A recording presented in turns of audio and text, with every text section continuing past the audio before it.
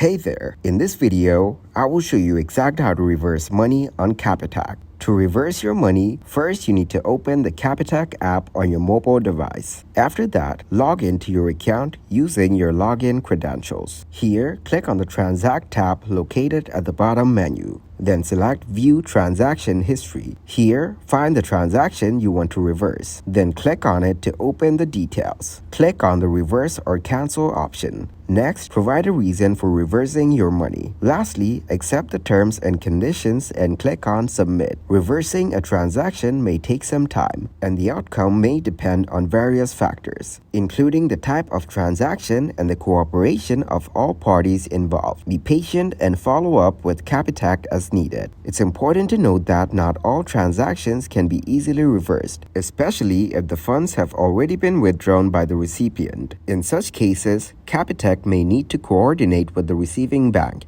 and the process may take more time. Always remember to act promptly when you realize there's been an error, and communication with the bank is key to resolving the issue. If possible, double-check the details before confirming any payment or transfer to avoid such situations in the future. Thank you very much for watching, and don't forget to like the video and subscribe to the channel.